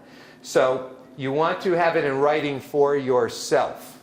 It's your handbook. It's just like you have the student handbook at home from school, so that if you have a concern about the way something was handled, you can look it up and say, did the school handle this the way we were told it should be handled? If they did, fine. If they didn't, then I have a right to be concerned about that. I have a right to bring an issue about it. But that's the value. You have a family handbook. So we had our family rules, and they would change over time. So they accumulated over 6 years. A lot of this is repetition, only the consequences changed. The situations changed depending on the age of the kids and the issues of the time. But when we started, we used to post this on the refrigerator. Now, I have to tell you that we'd have friends come over the house who have kids our age. And, they'd go over and they'd look at the refrigerator and they'd read family rules, and they look at us, what are you running, Paris Island around here? And we'd kind of feel a little funny. And then in the next breath, they'd say, I think we need something like this in our house. It's just like this, if it's not there and it's a new thing that comes up, then you deal with it by teaching. You sit down or you put it on family council, then you're not in the middle of it as an issue. You bring it up 4 days later. It's so much easier to talk about it than to talk about it right when you're in the middle of some issue. You never try to resolve issues when people are in heat of emotion. Try to always deal and resolve. And try to deal with things ahead of time before you're even getting close. You deal with the rules for the use of the car before your child, well before your child is getting ready for a learner's permit. Let them know in middle school what the expectations, what it's going to be like when they get to that time in life when they're going to drive the car. Now you've already got that base laid for 3 or 4 years, so when they get there, they may not like it once they get there, and they may want to change it or whatever, but it's not like we laid something on them all of a sudden, and, boom, dating rules. I'll get kids ready for the future when they're not even thinking, this is a pressing issue, because you'll get them to agree, and then you'll get some things down in writing, and you can say, okay, we go by what we've passed, we go by what we've got in writing. If we want to change it, then we have to take it back to family council, and we have to talk about it some more, and we have to consider it, just like when you want to change a law in society. It's really civics and citizenship. So the ultimate goal is a self-disciplined adult, getting our child ready to live without us. What else? Yeah.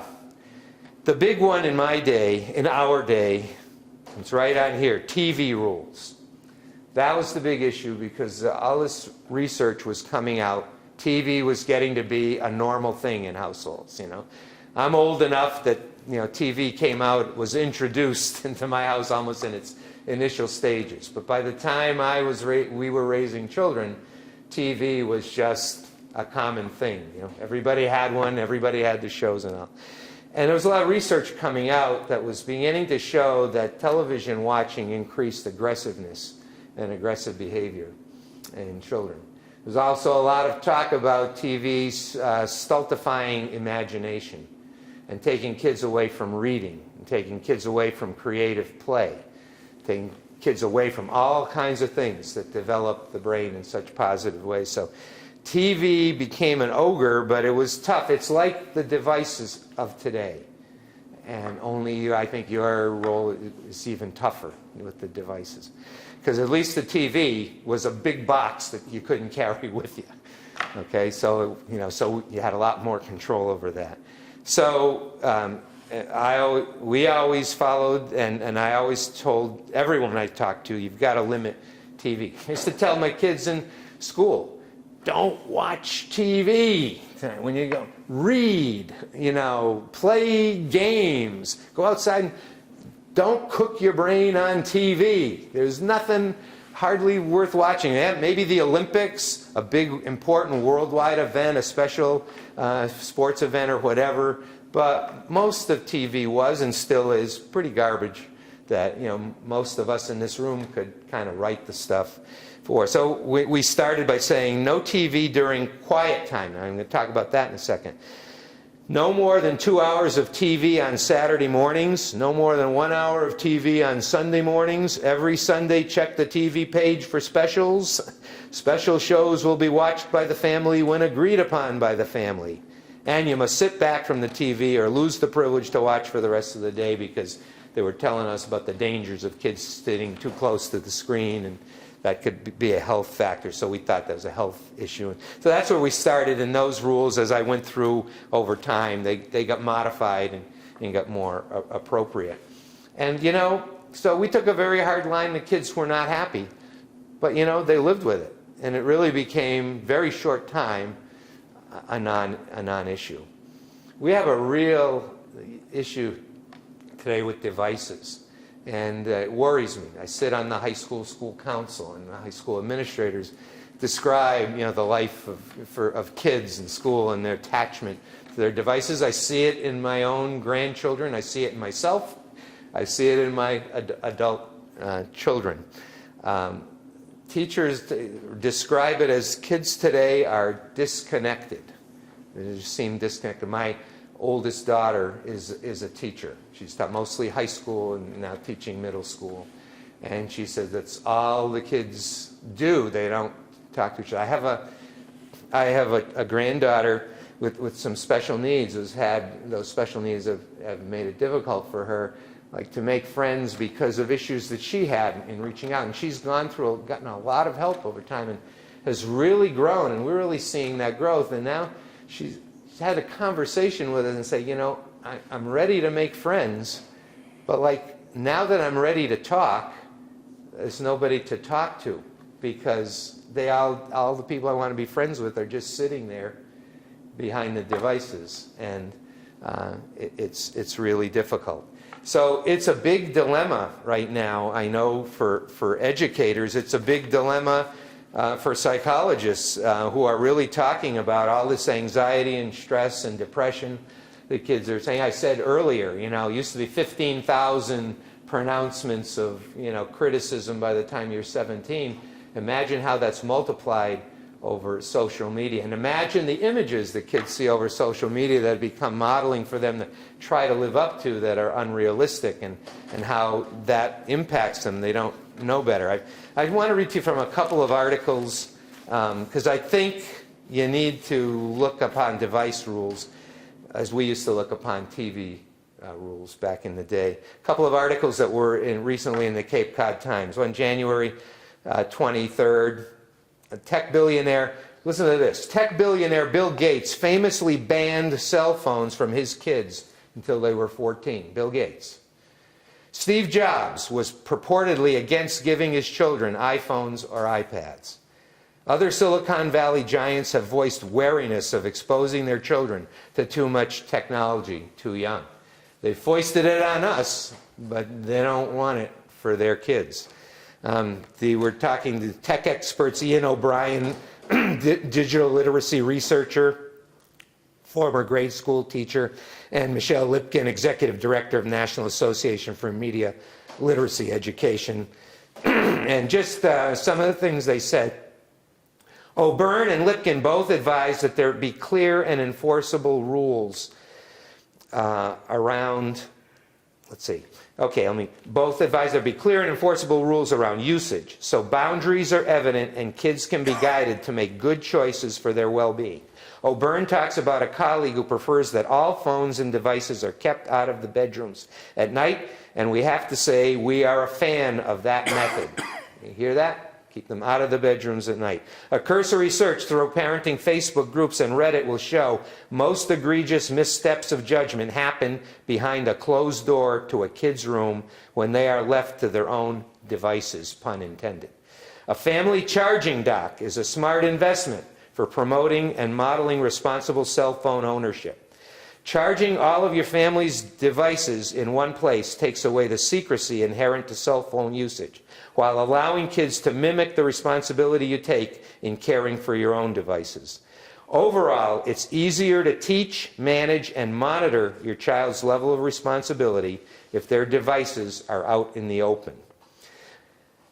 For Darby Saxby, Associate Professor of Psychology at the University of Southern California and Director of USC Center for the Changing Family, the family rule for her is that screens must be public and purposeful. Public and purposeful is a good guide for you as you're thinking about possibly establishing some family rules in that regard. By public, it means that her kids don't do private screen time, ever. By purposeful, she means no aimless browsing.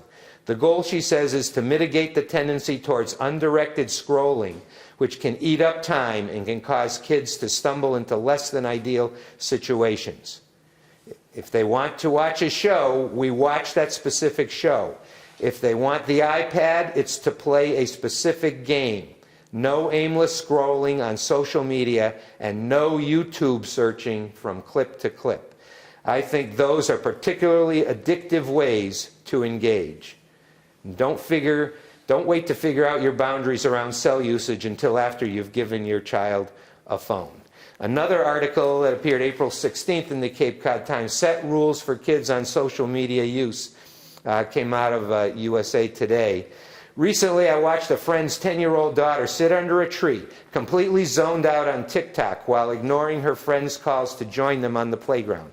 Earlier that same day, I watched an infant try to lock eyes with her mother as she nursed in that incredibly important bonding love gaze, while the mom swiped through Instagram on her smartphone. We should be mad at all social media platforms, not just TikTok. We should be furious over a lack of transparency, privacy protection, misinformation, but especially for the negative impacts on our kids. And then we should do something about it. The average person under the age of 18 uses TikTok for more than 90 minutes a day. And recently announced time limits are likely more to be speed bumps than actual deterrents. The damage it can inflict on children, tweens and teens, is especially alarming. It can disrupt homework, socialization, exercise, play, outdoor activity, brain development, just about everything else medical experts and society in general agree grows healthy humans. The National Institutes of Health report smartphones and social media can cause an increase in mental distress, self-injurious behavior, and suicidality among youth, and that the effects appear to be the greatest among girls. We have a part of the brain called the executive function that's responsible for self-regulation. For kids, it's not fully mature. And, brain is developing at least through the age of 25 in most people. For kids, it's not fully mature. And yet they're exposed to social media before their executive function mind can help them manage it. Gloria Mark, professor of informatics at the University of California, Irvine, and author of Attention Span, tells me over the phone a lot of adults have trouble with that as well. Mark spent 20 years studying the impact of digital media on people's lives, especially as it affects multitasking, interruptions, and mood. One of her most notable findings is that our attention spans are declining, averaging just 47 seconds on any screen, which she says is down from 2.5 minutes less than 20 years ago. This is dangerous stuff. This device is dangerous stuff for kids at their developing minds. I was just reading in The Boy Crisis today. We were having a discussion at home. It prompted me to look some things up in The Boy Crisis that I thought I had read. And it was about how the dopamine has such a huge impact on your whole neurological system. And device use actually gives you a dopamine rush. And the problem with dopamine rush, many things do that. Loud music does that, many things do.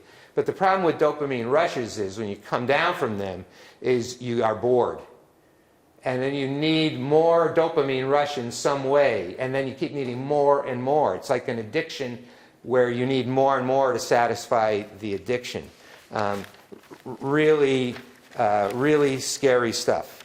I don't know. It's your family, your children. I think if we were doing it now, I don't know about, I think my wife and I would just not have devices for our kids. Now, whether they could do that and maintain their schooling, I don't know. I'd say do everything on your Chromebook. You have every way to access the internet that you need for learning and studying, right there. You don't need something with all these apps on it. You need to make emergency calls, get a flip phone. It's really interesting because we have a neighbor who's in middle school in our school system, the only young family in our neighborhood. And grandfather had passed away some months ago, and we were at the Mercy dinner. And we struck up this great conversation with this middle school boy, 6th grader. And when it was done, we were the ones that ended the conversation. And we just looked at each other and said, amazing. A boy that age, a kid that age that could carry on such an adult conversation with such ease and seemed to be enjoying himself, socially connecting.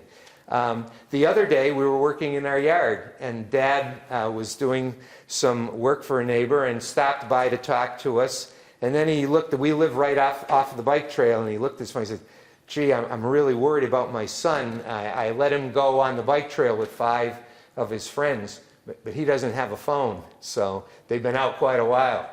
I'm a little bit worried. I said, he doesn't have a phone? Because that's like shocking. So no, we just told him, you don't need a phone. You don't have any reason for a phone. Now, I don't know if there's a connection between the fact that he doesn't have a device and he can carry on with tremendous social connections. But that's a big, big concern for people today, is that our young people are not learning to make those social connections. Quiet time, the best thing I ever read was a pamphlet that was put out by a gentleman in Rhode Island, Raymond Hodges, on parents and homework. But he made a suggestion in there that I pass along to parents all the time. And one of the biggest problems with homework is that other people are enjoying themselves while some people in the family have to do homework. So one of the things you want to set up in your family council as you're doing your scheduling to try is quiet time. And you'd pick a quiet time for every school night. Now, it's based around the schedule of the family. So, you don't have quiet time when there's soccer practice or something. But you look at every day individually, and you lock out a block. Now, during this block, whether it's 1 hour, hour and a half, 2 hours, there are no phone calls in the home. There are no devices. If the phone rings, only parents will answer it, and they will only talk if it's an emergency. Otherwise, they'll tell people to call back. That is the time when people if they have any schoolwork to do, it's in quiet time. But that's also the time when the parents that's when they are reading the newspaper, or they're doing work from work, or they're doing some reading activity. And if you don't have schoolwork or you finish your schoolwork, then you read or you find another productive activity like word games or whatever. But you just make quiet time, but it's protected. There's no TV, there's no radio. It's quiet time, but it's the whole family, and the kids see that that's the time the parents are doing their reading or catching up on their readings or doing their work, but it's productive time. Charles, So, I just wanted to note that there's 10 minutes Yep. left in case you want to touch on any points. yeah, before it's time thank for you round. very much, Joy. And so I throw that out to you for your consideration, and at the same time I want to throw out to you as parents that the most important thing I didn't deal in my talks a lot about doing better in school. This is all good self-esteem, lays groundwork for opening the channels for learning. There are specific lessons in the 20-hour course they used to teach for parents, the Gilmore course, just on doing better in school. But one thing I would say to you, the best thing you can do as a parent is read to your child. 20 minutes a day. It's the most important 20 minutes of the day. Read to or with your child from birth, from pregnancy, if you can. They say that kids actually pick up the vibes in utero. There is nothing almost more critical than hearing language. And there are huge differences among 3-year-olds in the number of vocabulary words that they've heard by age 3. Some educators, psychologists are telling it's almost determined by age 3, your future success based on your vocabulary. Kids need to hear words, words, words. You need to be talking as much as you can. I get so disheartened to see parents at a playground. They're on their devices, or they're not interacting. They're just not doing that. They need rhyming. Mother Goose should be in every. Rhyming is a critical early reading skill, phonemic awareness skill. We had when I lived in Worcester, I helped lead a whole community-wide thrust to get the message out. Most important 20 minutes of the day. Read to and with your child. The businesses got involved. We got support from all commercial aspects. We had it on the bus monikers who were giving that message. Read 20 minutes a day. We had it at every school, had a sign in front of it. Banks, supermarkets had this message. Read to and with your child. So I didn't want this series to end without throwing out to you. And at any age. My wife taught high school, and she taught in her final years of teaching high school. She was teaching early childhood education and child development. And once a week, she used to read to her students. It was their favorite time of the week. They used to ask her other time, could you, Mrs. Gruska, could you read to us? Could you read us a story? They loved it. Sometimes they were probably manipulating, getting out of other work, but they really loved that. And it's at any age. It's so critical. And if I could get one message out throughout the community, read 20 minutes a day. And there's a book drive, by the way, going on next month, sponsored by the Monomoy Early Childhood Council, on which I sit. And you can buy a book and donate it, and it will go to families in our community that don't have extensive home libraries. And you'll be doing a great thing, and you could win a night for 2 at Chatham Bar's Inn, by the way, in a drawing if you donate a book. Last 2 things. No consequence will be effective unless a child has some measure of self-esteem. If you don't have self-esteem, you don't experience guilt. You have nothing to lose. That's the people that you can't understand. How could they have done that to another person? How could they have damaged another person's property? And now, don't they understand? Don't they know how that makes the other person? No, they don't. They're doing actions that are horrific actions, and they're not experiencing guilt over it. So unless there's a measure of self-esteem, no consequence in the world is going to stop the person that has no guilt, because that's not going to prevent their horrific action. Finally, the most tricky thing in dealing with in family life, often for parenting, if you have more than one child, is sibling rivalry. And there are three things to keep in mind in dealing with sibling rivalry as we close out here. First, don't inflame the natural jealousy of children. When you have more than one child in a family, there is a natural jealousy among the children. You want to have this beautiful, loving, caring family. You're setting all these rules up around it. Let me ask you, if I went home tonight and said to my wife, Kathy, you have so enhanced my life with your love for me, and all you have done for me, it's been so amazing. I am going to bring Betty into the home to enhance my happiness even further. We think we prepare a child for the birth of the next child by saying how great it's going to be to have that next child come along. That's going to be no different than I go home and tell my wife that she's made me so happy that another woman could make me even happier. So the best thing she should ever want for me is to just bring another woman into the family. It doesn't cut it. So the big thing here in the jealousy is comparison.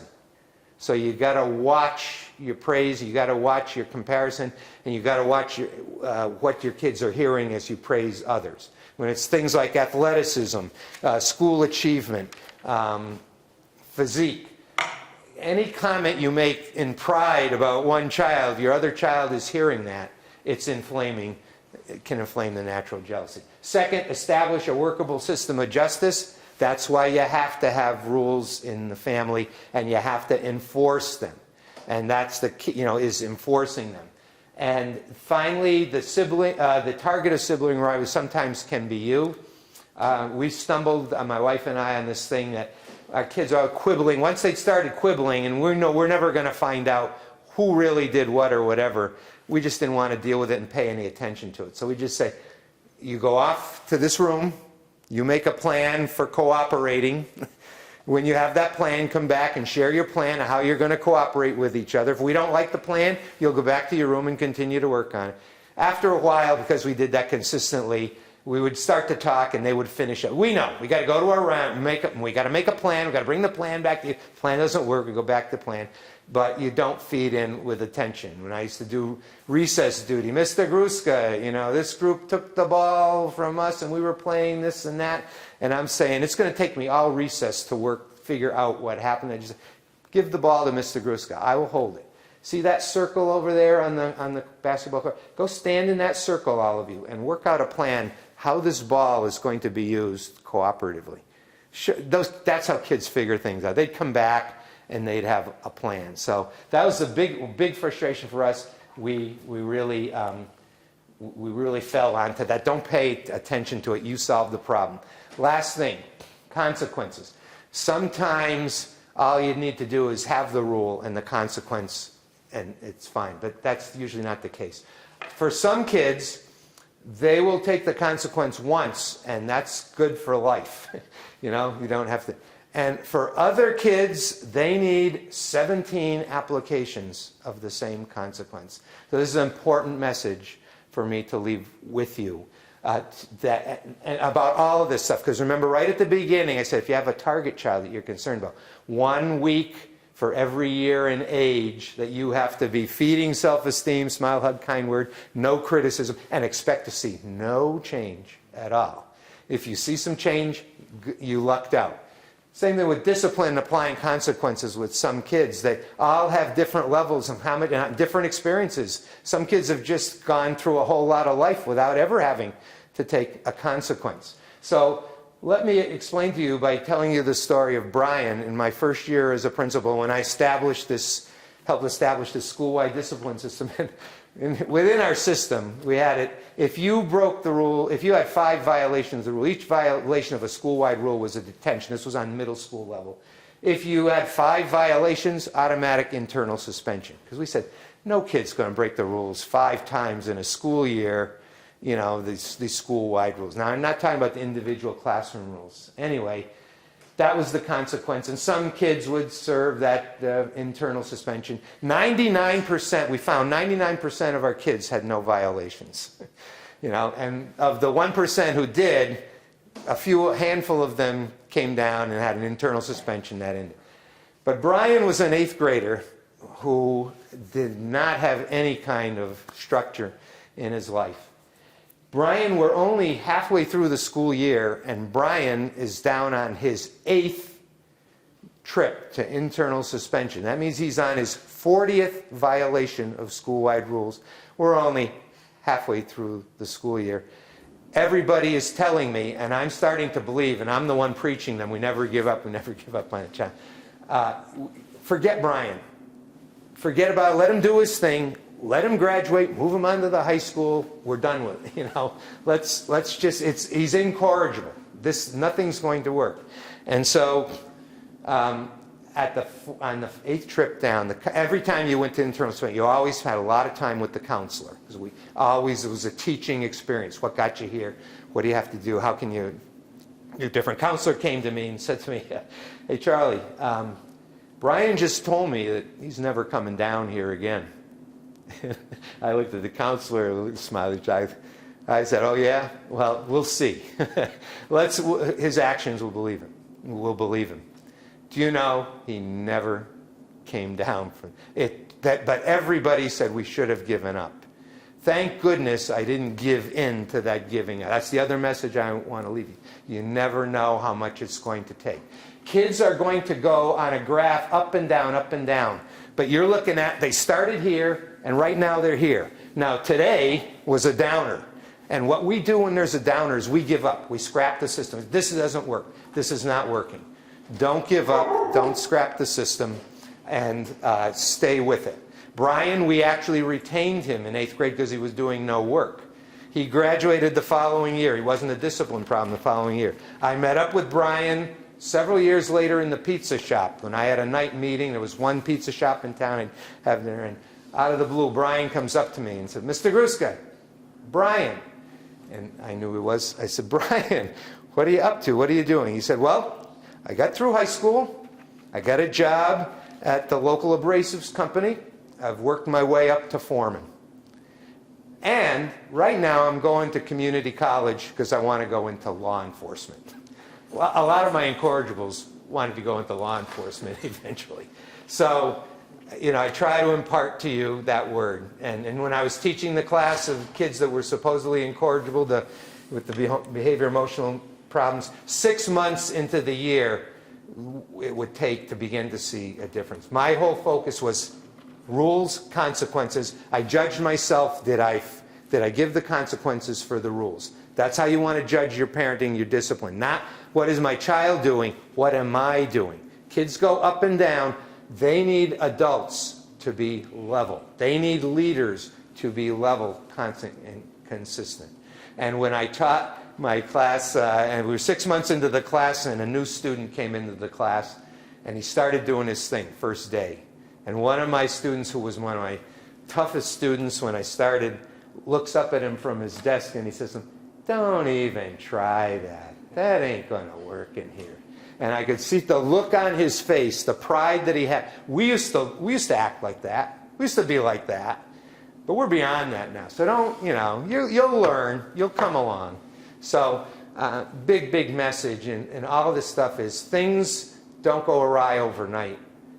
Kids don't get better over. There's no magic wands. You've got to get a good plan and stick with it. And I've given you plans that I only am totally confident because I've seen them work. I've gone overtime once again, but I thank you for that extra time. And the pregame show is over. The Celtics will be taking the court any minute now. Go home and enjoy, and all the best to you in all your parenting efforts. Thank you. Thank you all for being here. Obviously, Charlie, your passion and expertise is boundless when it comes to these topics, but we're so thankful that you have given us so much time to our parents and to educate them. It's been a fantastic series. As I mentioned, this session will also be posted up on our website, so I will send everybody who signed in an email as soon as that's posted, and feel free to share the link with anyone you know who you think could benefit from the information. They'll all be on the same page, so it's easy for folks to watch session 1, 2, 3 if they need to catch up. So thank you all. We appreciate you being here and spending the time with us to learn more about this stuff. Thank you. Thanks, Joy.